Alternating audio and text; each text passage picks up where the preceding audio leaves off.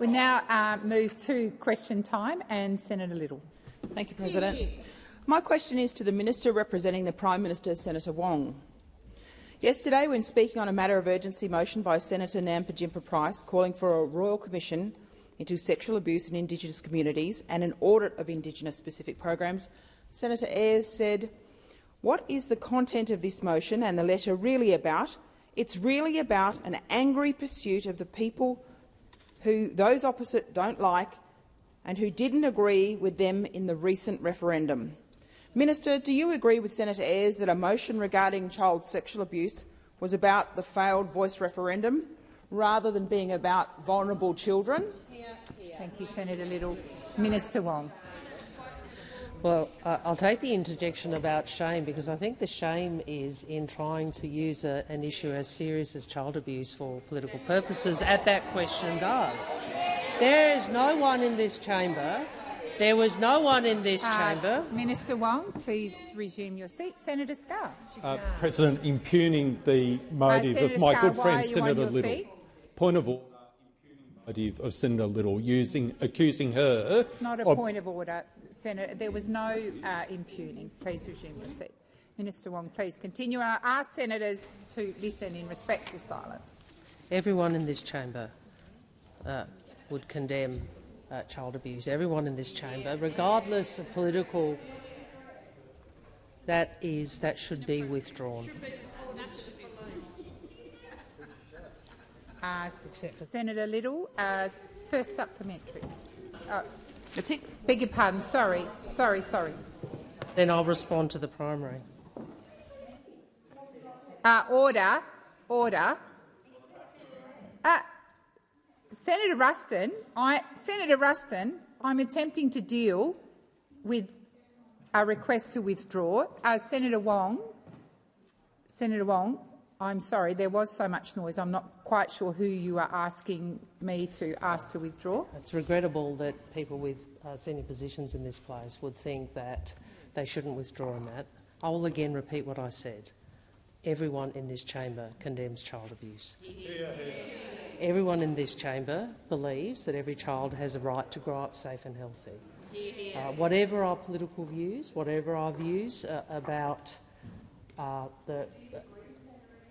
whatever our views, I don't agree with the way in which it has been put to me, the implication that was put in the question.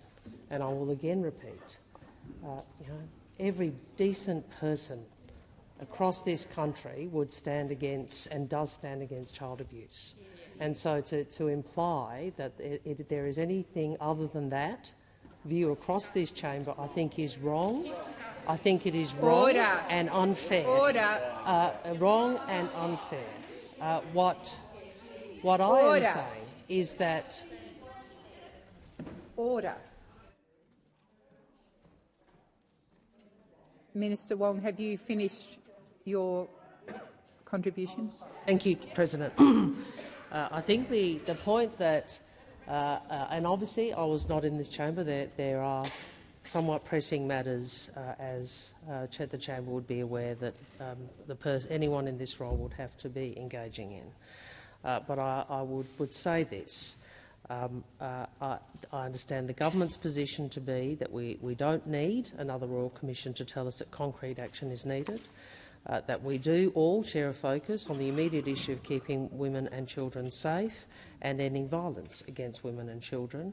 And you would be aware our last budget provided substantial funding. The time for answering has expired. Senator Little, first supplementary.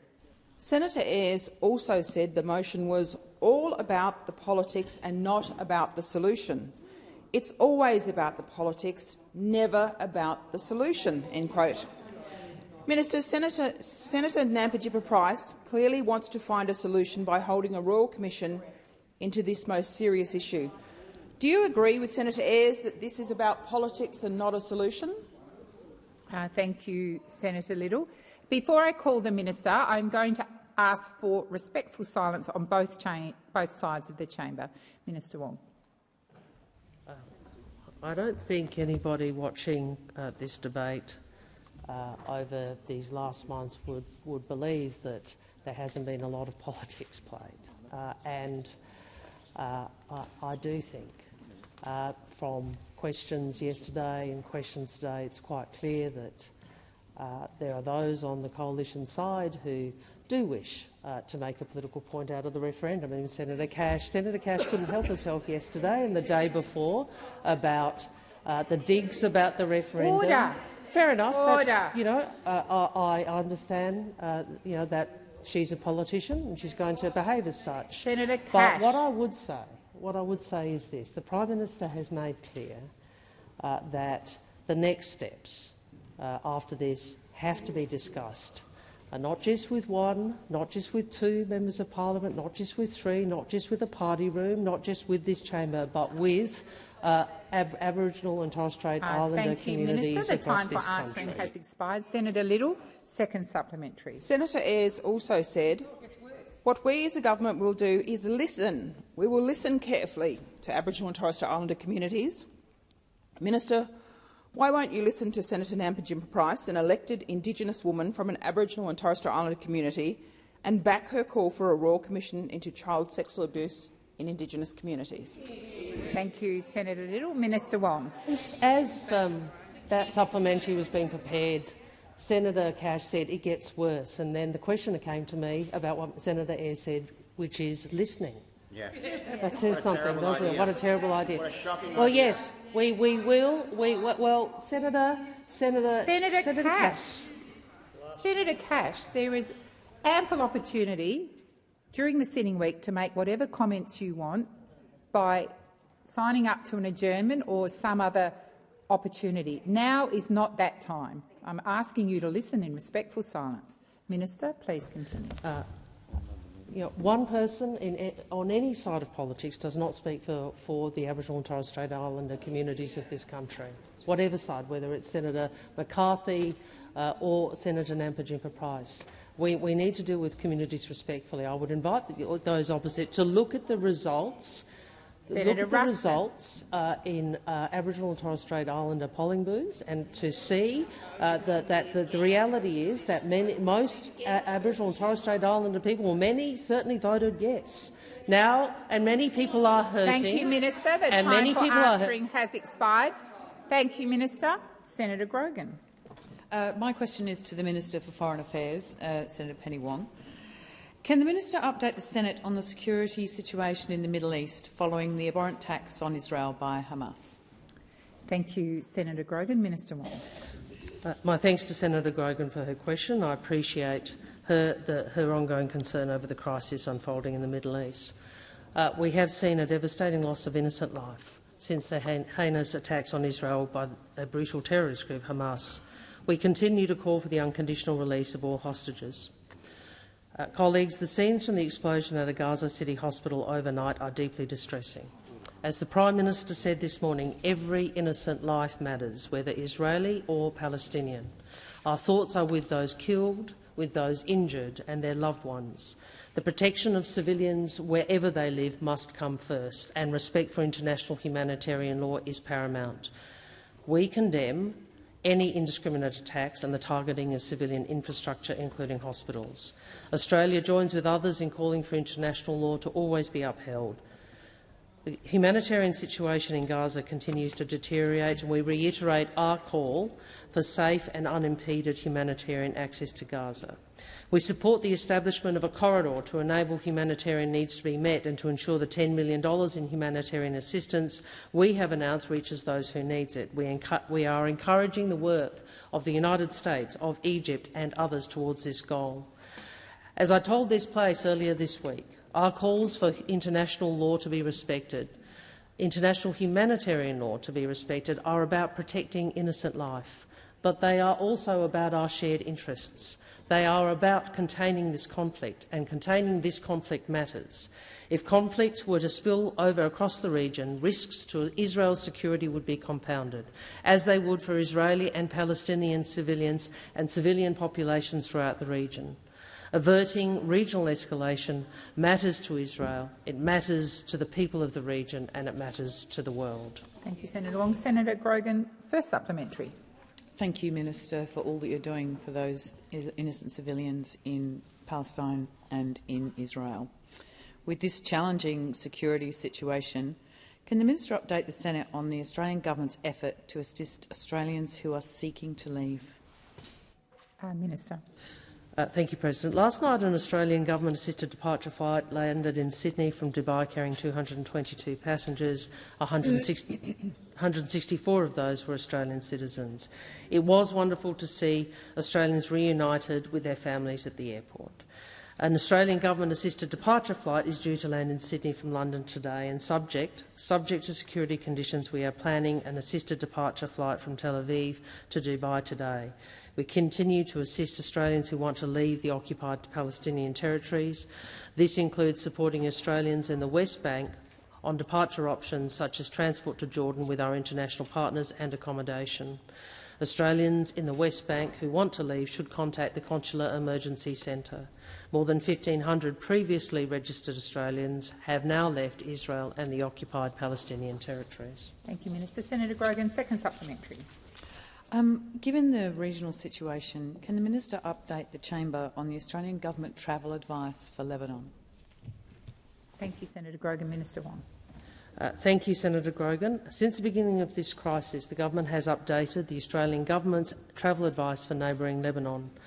I said on the weekend we are urging Australians in Lebanon to consider whether the need for them to remain there is essential. I urge that again today.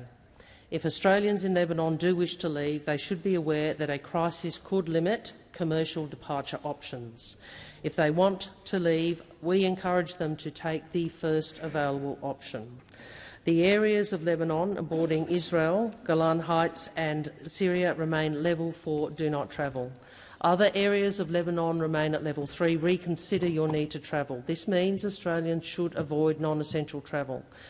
Please access the latest travel advice on Smart Traveller website, and Australians who need emergency consular assistance should contact the Consular Emergency Centre. Thank you, Minister. Senator Birmingham. Thanks, President. President, my question is to the Minister representing the Prime Minister, Senator Wong. Has the Prime Minister spoken with the Prime Minister of Israel since the horrific attacks by Hamas on the 7th of October? If not, has the Prime Minister sought or scheduled a call with Mr Netanyahu, and has one been scheduled? Thank you, Senator Birmingham. Minister Wong.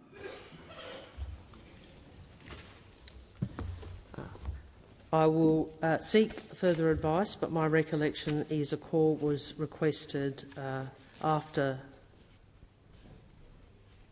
the attack. My recollection is, and when I last spoke to the Prime Minister's office about this, the call had not yet been scheduled, and obviously there has been a lot of engagement with both with the Israeli government, in particular via the ambassador. I would make this point, and I would encourage all in this place to heed the words of Mr Burgess about the importance of sensitively handling issues, particularly at this time, particularly given the events overnight. We know, as I said when this motion was being debated, this is an issue about which some in Australia's community feel very deeply. We know that there are strongly held different views in our community. We know it is important that all Australians, regardless of their views on this issue, do feel that they are not being excluded, that they have their perspective and their experience is something that those in leadership positions, those in this parliament, are aware of. So I would continue to urge there to be a mature, measured and bipartisan approach to these issues, given the sensitivity of these matters within the Australian community. Thank you, Minister. Senator Birmingham, first supplementary. Thanks, President. In February, the Department of Prime Minister and Cabinet confirmed the only communication with Prime Minister Albanese and the Prime Minister of Israel, Mr Netanyahu, was a phone call on the 4th of August 2022 and a letter on the 5th of January this year. Since then, has the Prime Minister Albanese, had any further contact with Israel's Prime Minister, And if so, what has been the nature of those points of contact? Thank you, Senator Birmingham.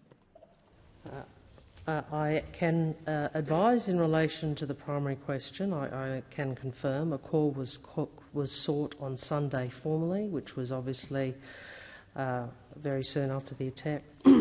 We are yet to receive a confirmed time for a call from the Israeli government, which is perfectly understandable given the circumstances Israel is facing. I would say to you, Senator, that obviously the Prime Minister has, as have I, have engaged with members of the Jewish community and members and the Ambassador of Israel, and I know the Prime Minister has engaged with the Ambassador personally. I would also indicate that, as I have earlier in the week, that consistent with our view that escalation or spillover of this conflict is neither in Israel's interest nor in civilians' interests across this region, that we have reached out to governments of the region to express that view. Thank you, Minister. Senator Birmingham, second supplementary. Thanks, President. Leaders from the United States, the European Union and Germany have or are visiting Israel to demonstrate their country's strong support for the Israeli people, to send a strong message regarding the savage attacks perpetrated by Hamas, and to seek to ensure the conflict does not further widen. Leaders of the UK and France are also expected to visit in coming days, and even President Zelensky of Ukraine is seeking to visit. Will Prime Minister Albanese follow the lead of Australia's allies and visit Israel? Thank you, Senator Birmingham. Minister Wong. I would make the point, as in terms of that list, that obviously the P5 and members of the P5, relevant members of the P5 and others who have more direct engagement with the region, we would want to support very much their engagement and their work for the reasons I outlined. Our focus here is on what is it we can do from afar.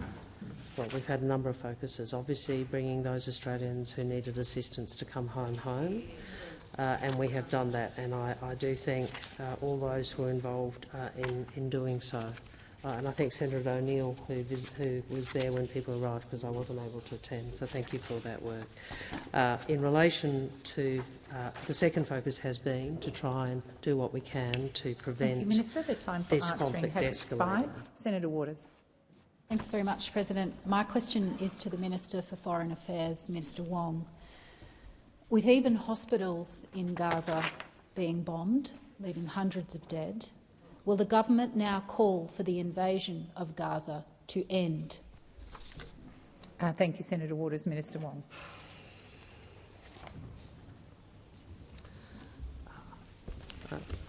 We have said very clearly that, first in relation to Gaza, we have seen devastating loss of innocent life since the attack on Israel by Hamas. I would again say the scenes from the explosion at Gaza City Hospital are deeply distressing, and it is clear there has been a devastating loss of life. We should all continue to assert that every innocent life matters, whether Israeli or Palestinian, and we should extend, obviously, our deepest sympathies to all killed, those injured and their loved ones.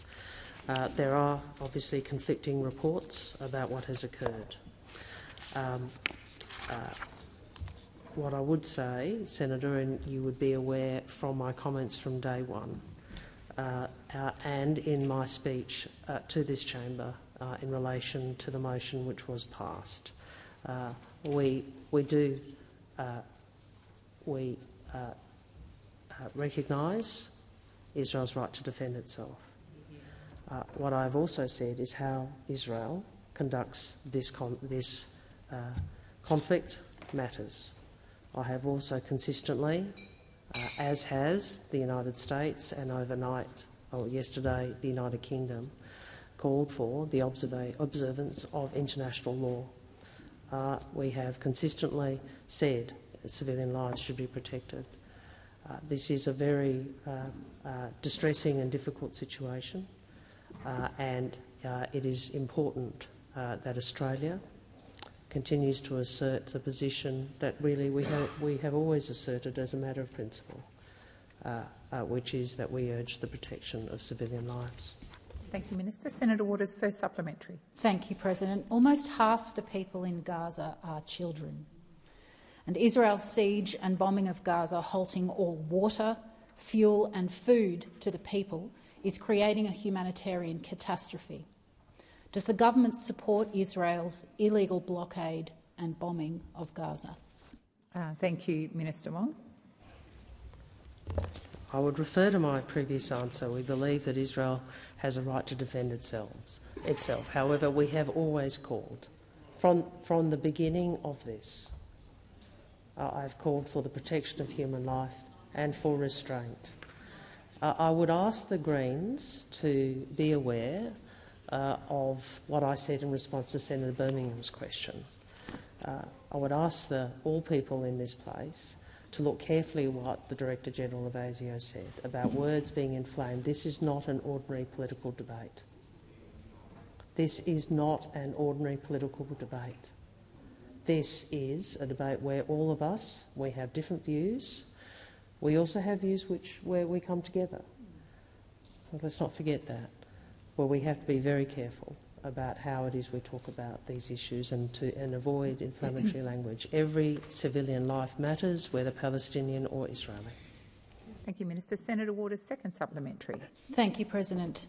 These actions are war crimes, and legal experts have said Israel's actions breach international law. Why is the government refusing to acknowledge what the world is witnessing? And will the government now agree that Israel's actions are in breach of international law? Minister Wong. Thank you, Senator Waters. Well, I refer to my previous answer, and I again say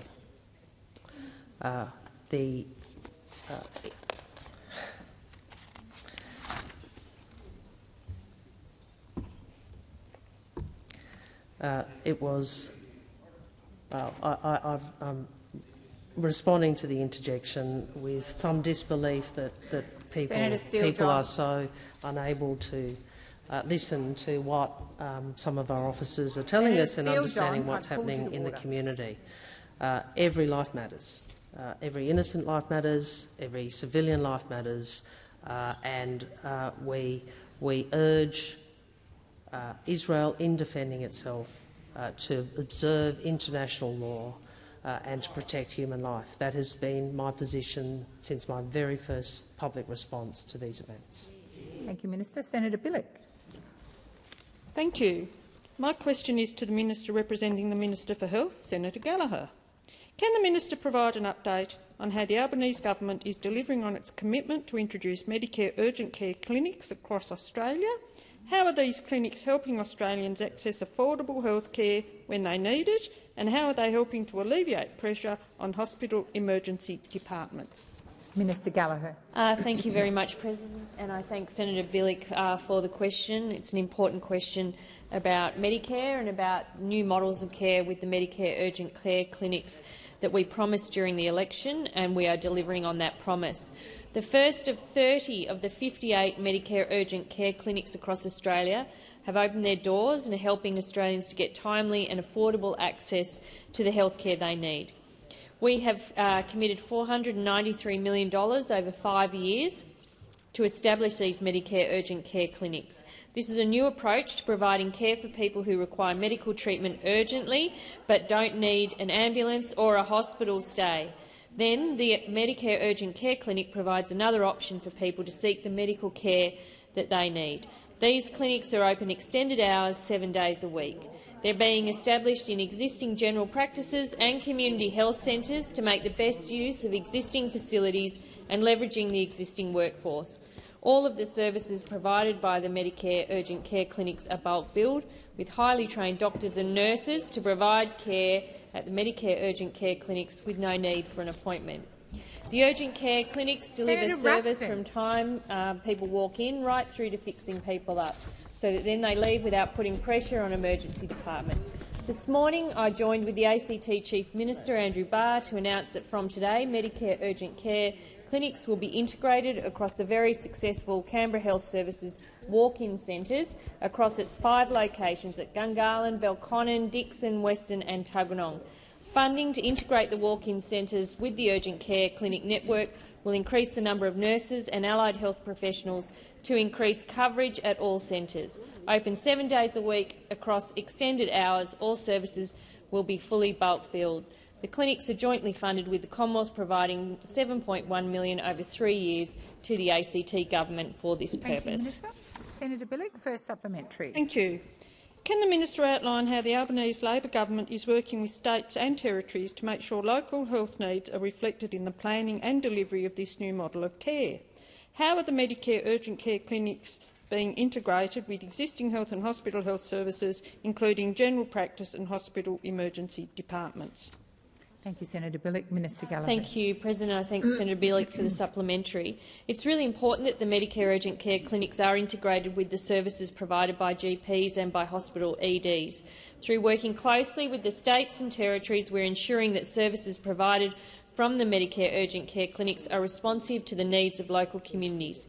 We're also working with GPs and PHNs to ensure the urgent care clinics are set up to deliver end-to-end care that they need.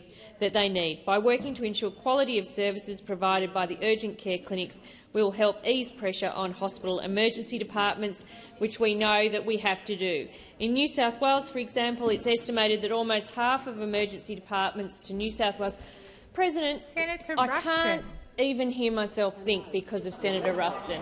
Thank you. I can't. I can't. Order. Thank you very much, Senator Scarr. Thank you. Just resume your seat. Can I do a point of order for myself, which is that Senator Ruston has not stopped. I started speaking and she started speaking, and I would ask you to draw her to order. Thank you, Senator Gallagher. I'll wait for silence in the chamber. I have asked you repeatedly, Senator Ruston, to listen in respectful silence. I was about to ask Senator Ruston again to listen in respectful silence. Your constant interjections are disorderly, and I ask you to stop. Minister, please continue. Thank you. And we know that they've got a sore point on Medicare because we know what they did to Medicare. They cut Medicare, and they can't stand the fact that there's a government in town that's investing in Medicare and actually delivering the health services that people need, something that Senator Ruston failed to do when the time has expired for the answers. Senator Bilyk, second supplementary. How do the Medicare urgent care clinics complement other actions that the Albanese government is taking to strengthen Medicare and improve Australia's primary health care system for the benefit of communities? Why are these actions vital to ensuring Australians continue to have access to affordable, high-quality health services? Thank you, Senator Bilyk. Minister Gallagher. Would you like to start, Senator Ruston?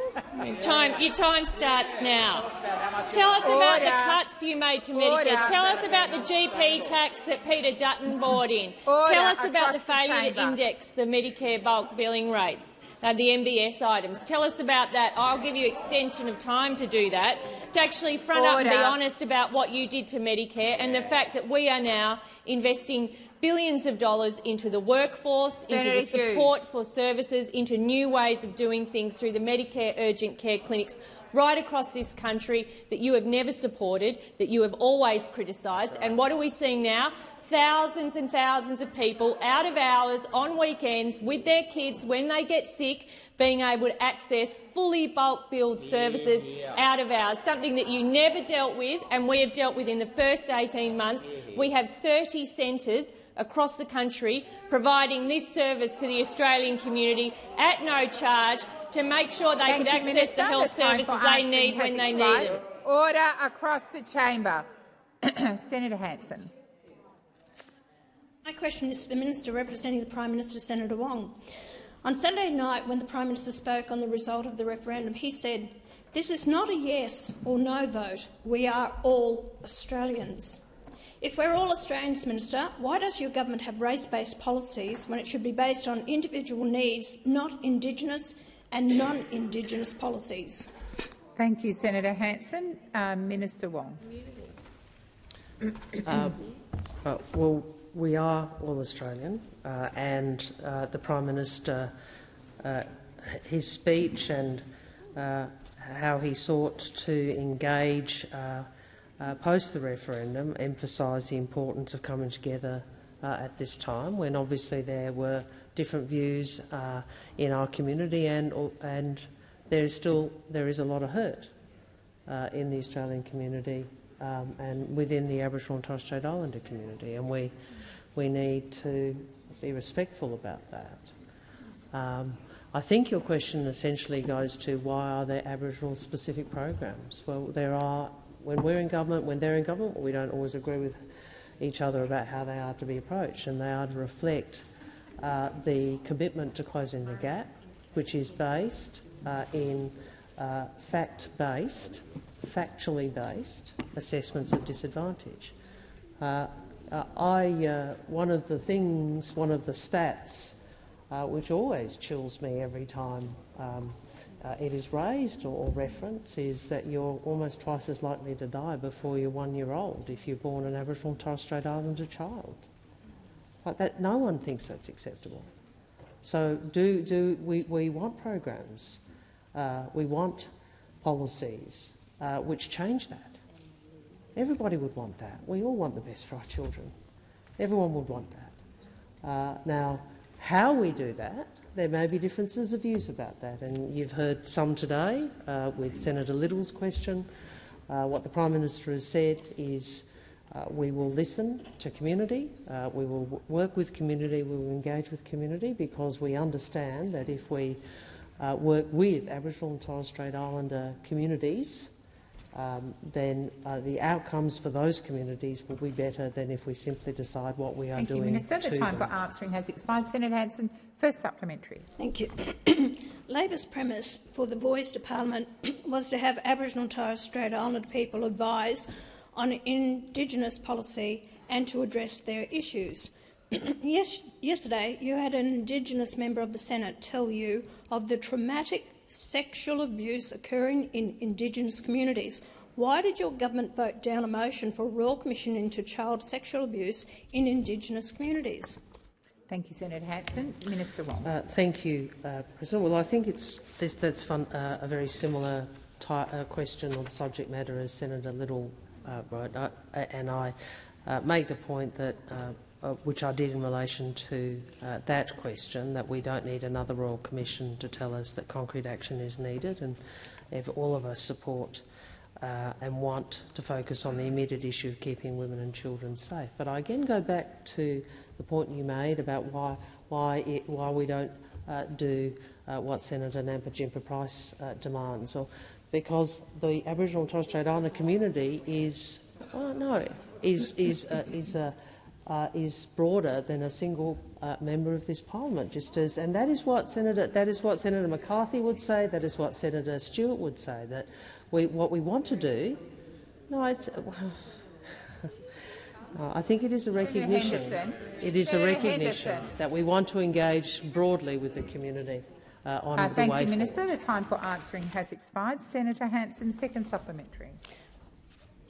The Voice to Parliament referendum has exposed the Aboriginal industry gravy train to the Australian people, who are now demanding answers about its failure to close the gaps despite receiving approximately $40 billion a year in funding. Minister, if your government is committed to closing the gaps and considering the Prime Minister's promised more accountability, why did Labor vote down a motion for an audit of this industry when evidence has been presented for years that indicates corruption and misappropriation of funds is occurring? Thank you, Senator Hanson. The time has expired. Minister Wong. Thank you, Senator.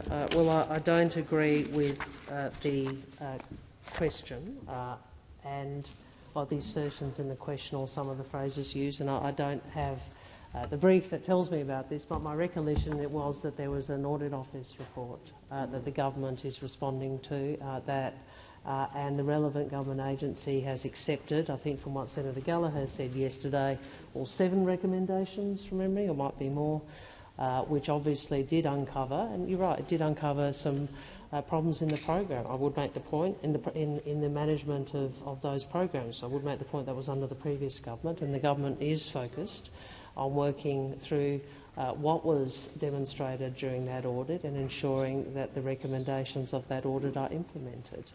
I think all of us want to make sure there is the money, funding gets where it is needed and starts to shift the dial, because none of us want to live in the country with this much difference between Aboriginal and non-Aboriginal. Senator Chandler.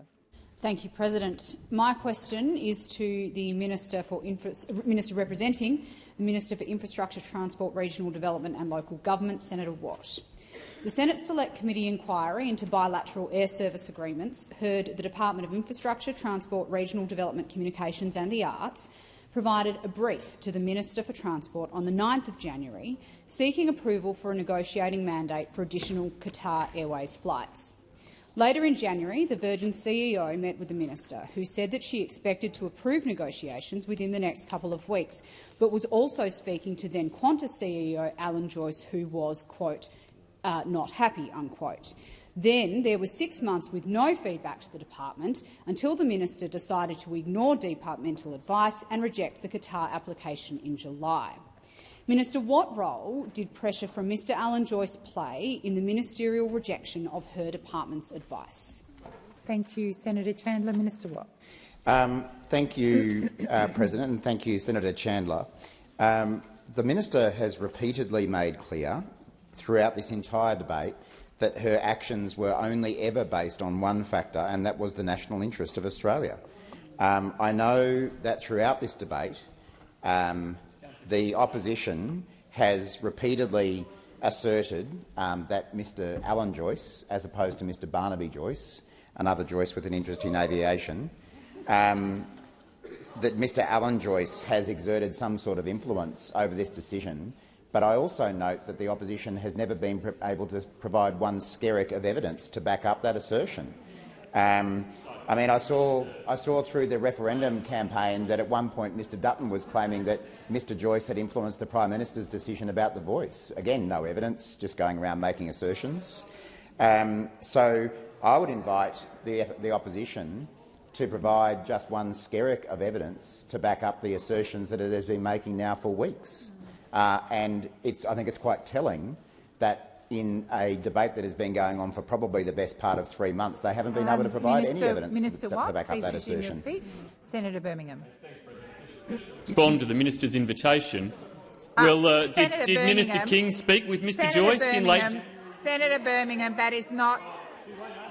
Senator Birmingham, that is order. Order. That is not a point of order. Thank you. Minister Watt, please continue. It's nice to hear from the Leader of the Opposition in the Senate for a change. We don't really hear a lot from him these days. So, as I say, the opposition has never been able to provide a skerrick of evidence to back up the assertion that it makes. It's engaged in a campaign of smear against Minister King for the best part of 3 months without any evidence to back up their claims. I stand behind what Minister King has said, which is that the government's actions were based at all times on our decision as to the national interest, just as previous decisions made by former coalition transport ministers such as Michael McCormack to stop Qatar from having extra flights. I don't remember the opposition having any concerns about that. It only is when it's a Labor decision. Thank you, Minister Wong. Senator Chandler, first supplement. Thanks very much, President. The Minister for Infrastructure, Transport, Regional Development and Local Government has refused to outline who she spoke to prior to making her decision on the application for additional Qatar Airways flights and refused to confirm her conversations with Mr Joyce. Can the minister confirm that the only stakeholder Minister King spoke with before changing her mind and rejecting department advice was Mr Alan Joyce? Thank you, Senator Chandler. Minister Watt. Thank you, President. Well, again, Senator Chandler, you can't just sort of make up evidence by coming and making assertions. Order. The implications, you have no Minister basis. Watt, Minister Watt, please resume your seat. I'll come to you, Senator Birmingham, but I am asking senators, particularly on my left, to stop the very loud interjections. Minister Birmingham. President, the minister just Is this a point of order? It is a point of order. The minister just accused Senator Chandler of, quote, making up evidence. Senator Chandler's question is referring directly to evidence to a Senate committee. Senator Birmingham, Senator Birmingham, that isn't a point. Senator Birmingham, Minister Wong, please. Senator Wong, please resume your seat. Senator Birmingham, please resume your seat. That is a debating point. It's not a point of order. Please resume your seat. Senator Birmingham, Senator Birmingham. Senator Birmingham, I will certainly take advice, but I don't think that fits the gambit of points of order.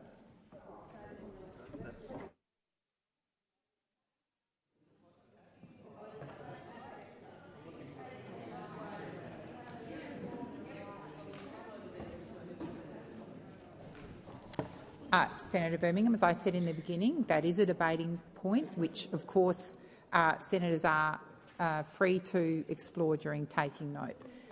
Minister Watt. As I say, this entire campaign has been based on a complete lack of evidence behind it, and the minister has already said publicly that she speaks to the CEOs of major airlines regularly, and she knew exactly what their opinions were on the Qatar decision. She has said that she spoke to the Qantas CEO, just as she spoke to the Virgin CEO, and that she certainly knew their positions before those consultations. So I'm afraid that you don't get to make a case by simply asking questions that don't have a factual basis in this desperate search for evidence to back up the assertions that you've been making for the last 3 months. Thank you, Minister. Senator Chandler, second supplementary. Thanks, President. The Albanese government and Qantas have made seats to and from Australia hard to access and expensive. Will the Albanese government continue its protection racket of Qantas by seeking to block attempts in this Senate to hear from the Prime Minister's friend Alan Joyce and Transport Minister King on what role Mr Joyce played in denying Australian travellers additional competition for flights to Europe? Thank you, Senator Chandler. Minister Watt. Thanks, President. Thanks, Senator Chandler. Well, to the extent that this question relates to Minister King's decision to not attend the Senate inquiry, Senator Chandler, Senator McKenzie and every other member of this Senate well knows that House of Representative members or ministers are not required to attend Senate inquiries. Peter Dutton attend a Senate inquiry? Minister, who's the current leader of the opposition? Peter Dutton never did that. Minister Watt, please resume your seat. Order. Order. Order across the chamber. Order across the chamber. Senator Green. Order. Firstly, Minister Watt, I would ask you to make your comments to me, and secondly, when referring to those in the other place, to use their correct title. Please Thank continue. you, President. Well, President, I'm pleased that it's taken the best part of 18 months for the opposition to finally embrace the words Scott Morrison, words that up until now, Mr Morrison, words that up until now have not been uttered by a single member of the opposition, and now they're clinging to him as a life raft for this baseless set of accusations that they've been making for the last 3 months. So welcome back, Mr Morrison. You are now officially a member of the Liberal Party again. But as I say, the opposition well knows that the custom is that House of Reps members do not attend Senate inquiries, and nor will Minister King. Has expired. Senator Lambie. Thank you, Madam President. My question is for the Special Minister of State, Senator Farrell. The last election saw the biggest drop in votes for candidates from the major parties in our nation's history. More and more Australians are voting for independents like Senator Tyrrell and myself. Australians are voting for independence because they know our loyalties to the people who put us here. It is not to big corporate donors, it is not to unions. We work only for our people. Minister, you publicly stated in June this year, and I quote, "The Australian electoral system shouldn't be just open to people with lots of money," end quote. What is your government planning to do to make sure, as you have stated, and I quote, "ensure that combination of transparency so that ordinary people can run campaigns," end quote? Thank you, Senator Lambie. Minister Farrell. Thank you, President, and thank Senator Lambie for her question. Well, the process that we've set in place Senator Lambie, is the one that occurs after every election. The issue of electoral reform is referred to the Joint Standing Committee on Electoral Matters. I've made submissions to that group. They've put down or released an interim report, and we are now in the process of obviously taking further submissions, which I welcome any submission from the Jackie Lambie network to that committee process. The objective, of course, is the objective that the Labor set out before the last election, which is to improve transparency and accountability in our electoral system. Nobody is suggesting at any point that this would make it more difficult for people like yourselves to get elected. But when you've seen in the last two elections, Senator Lambie, that one individual has spent over $200 million on the electoral system, I say this Parliament has to review the way in which our electoral laws work, so that it's not simply rich people with vast amounts of money who can get themselves elected. Now, you're not in that situation. With all due respect, Senator Lambie, you're not in that situation. You're not in that situation. And I will at some point, when Thank you, Minister Farrell. The time for answering has expired. Senator Lambie, first supplementary. Thank you. Media outlets are reporting that you have done a deal with Peter Dutton to give major parties even more public funding during tough times from funding from elections. A dirty deal that will entrench the major parties and make it harder for Australians to vote for ordinary people at federal elections. Will you confirm that you have already cut a deal with Peter Dutton to raise the amount of taxpayers' money that goes to political candidates? Senator Lambie, your question has finished, and before I call the minister, I remind you to, when referring to those in the other place, to use their correct titles. Minister Farrell. Thank you, President, and thank Senator Lambie for her first supplementary question. No. Senator Lambie, second supplementary. In the state of Victoria, when Labor and Liberal did a deal on election funding, they gave themselves exemptions for their own slushy funds. Funds like Labor Holdings and the Cormac Foundation. It seems Labor is good at talking the talk but not walking the walk. Will the minister rule out exempting slush funds, or will you admit here today that your deal with the opposition leader is just a cynical attempt to stop ordinary people instead of career politicians from being elected to parliament? Thank you, Senator Lambie. Minister Farrell. Thank you, President, and thanks, Senator Lambie. You obviously wrote that second supplementary question before you listened to my answer in the first supplementary question, but I thought I made it very directly clear that I don't have any agreement with Mr Dutton about electoral reform. I've explained to you what the process is, and the process is the same process that goes on after every election. We review the processes of the previous election. We work out ways in which we can improve our electoral process. Minister. Senator Lambie. Just asked a question. I just wanted to know whether the minister will rule out exempting slush funds. That was the question. Are you ruling out exempting slush funds? Thank you, Senator Lambie, and the minister is being relevant to your question. Minister, please continue. Thank you, President. Well, I was directly answering the question you asked me, Senator Lambie, and I was pointing out. Thank you, Minister. The time for answering has expired. Senator Polley. President, my question is to the Minister representing the Minister for Social Services, Senator Farrell. Following the Jobs and Skills Summit last year, the Albanese government announced several measures in the social services portfolio to reduce barriers to employment and support inclusion. This includes a temporary work bonus measure. Can the minister please outline any action the government has taken to build on this temporary measure? Minister Farrell. Thank you, President, and thank you, Senator Polley, because I know you have a great interest in this area, and it must be my day for questions from Tasmanians. But thank you.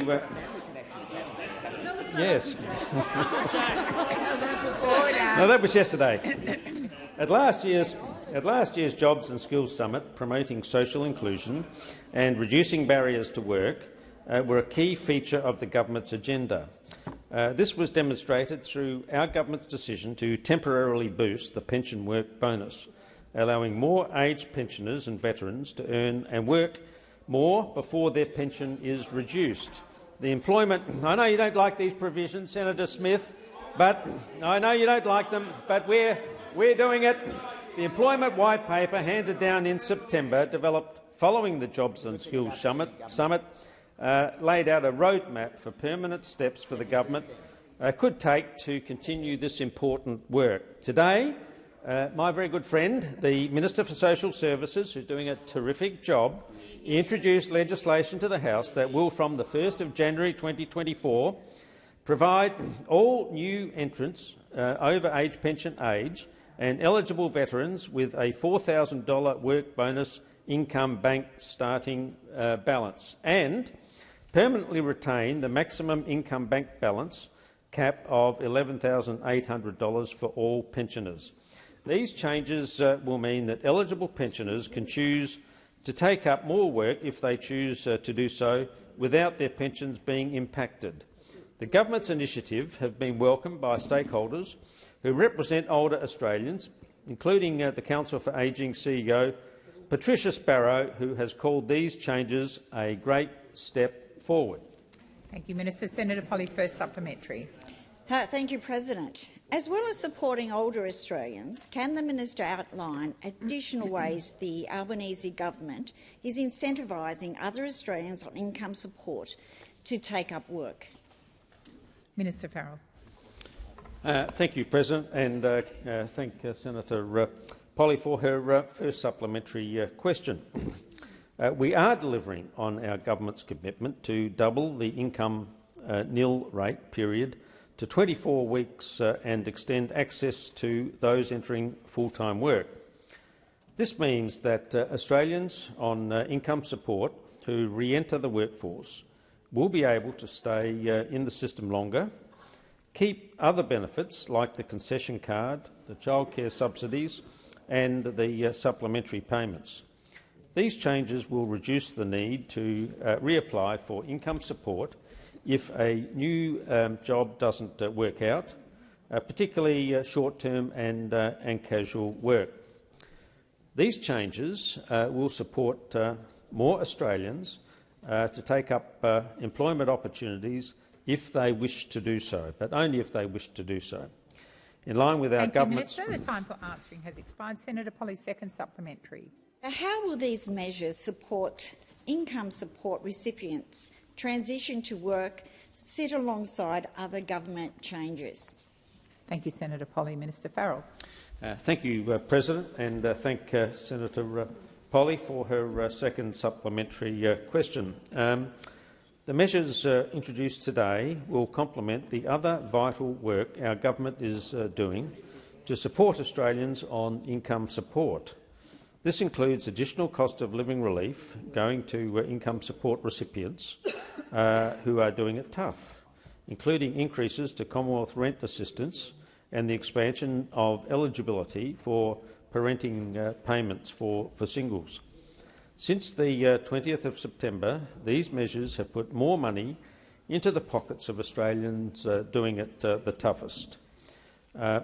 This is on top of vital cost of living relief through the energy bill relief, cheaper medicines and, of course, the tripling of the Medicare bulk billing incentive. Labor is committed to standing up for Australians. Thank you, Minister. The time for answering has expired. Senator Kovacic. My question is to the Minister representing the Prime Minister, Senator Wong. In minutes released yesterday from the Reserve Bank's October 3 meeting, the RBA warned that some further tightening of policy may be required should inflation prove more persistent than expected. With the possibility of a further rate rise on top of the rates already at their highest since April 2012, will the Albanese Labor government take full responsibility should there be another increase in interest rates? Thank you, Senator Kovacic. Minister Wong. Well, thank you, President, and thank you to Senator Kovacic. Was that? Am I? Yeah. Okay. We were having a discussion about across the table to make sure I got it right. So, thanks, Senator Birmingham. I would make the point that obviously we are deeply concerned about inflation, and you would have heard the Treasurer, the Prime Minister, the Treasurer, the Finance Minister and others being very clear about why the inflation challenge is the primary focus of our government, and why we are seeking to roll out cost of living relief in a way that doesn't add to inflation. Inflation certainly is more persistent around the world than we would like, and we recognise that inflation is moderating in our economy, but obviously we are not immune to global trends. I would make the point, the obvious political point, in response to the obvious political question that the decisions of the Reserve Bank are decisions of the Reserve Bank. It is independent and it makes its own decisions. What we can do on this in government is to continue to invest in the future to address inflation and to seek to make progress on those things where we are able to. There is some welcome progress, not as much as we all would want, but there is welcome progress. We know that quarterly inflation peaked in the March quarter last year before the election. We also have the first surplus in 15 years because of our responsible economic management, and there was a $100 billion turnaround which resulted in the $22.1 billion surplus for the last financial year, as compared with forecasts inherited from the former government. It's the biggest nominal budget improvement in Australia. Thank you, Minister. Senator Kovacic, first supplementary. The RBA also noted that the rise in retail petrol prices would continue to underpin inflation over coming months and could influence households' inflation expectations. Can you outline specifically what your plan is for Australians who may soon be unable to pay their mortgage? Thank you, Senator Kovacic. Minister. Well, I'd first make the point in relation to petrol, and this was, I think, a question yesterday, is that obviously it is petrol prices here in Australia are primarily driven by the global market and by the Australian exchange rate. And that was the case under your government, although obviously you came after the election, Senator, but that is the case under governments of both political persuasions. But that response obviously I want to make sure I'm very clear that we understand how difficult the higher petrol prices are for families, particularly those living for whom long commutes are a necessity. I would also say that we have asked the ACCC to regularly monitor and analyse fuel prices. Again, that analysis confirms that the international benchmark price and the value of the Australian dollar are the primary drivers of fuel. Senator Kovacic, second supplementary. Prior to the election, the Prime Minister promised Australians cheaper mortgages along with cheaper fuel and a $275 cut to power bills and real wages growth. Instead, under Labor, this cost of living crisis has gone from bad to worse. When will the Albanese government take full responsibility and deliver a real plan to reduce the cost of living, just as the Prime Minister promised that he would? Thank you, Senator Kovacic. Minister. Let me identify or outline for the chamber the aspects of the government's $23 billion cost of living relief for Australians. The first, electricity bill relief, opposed by you. Yep. Second, cheaper childcare, opposed by you. Increased rent incentives. Did they back that in, or did they oppose that too? More Medicare bulk billing. Well, again. No. Cheaper medicines. Again, opposed by you. Boosting income support payments. Fee-free TAFE. Fee-free TAFE. Building more affordable homes, expanding paid parental leave and getting wages moving again. All of those are the plan of this Labor government. It is a cost of living plan that doesn't add to inflation, and all, if not most of it, is opposed by you, and your only response, has always been, let's keep wages low. That's been fundamental to the Liberals' economic plan for years. Deliberate design feature of the Australian economy was low wages. We take a different approach, and we always will. Thank you, Minister. The time for answering has expired. Thank you.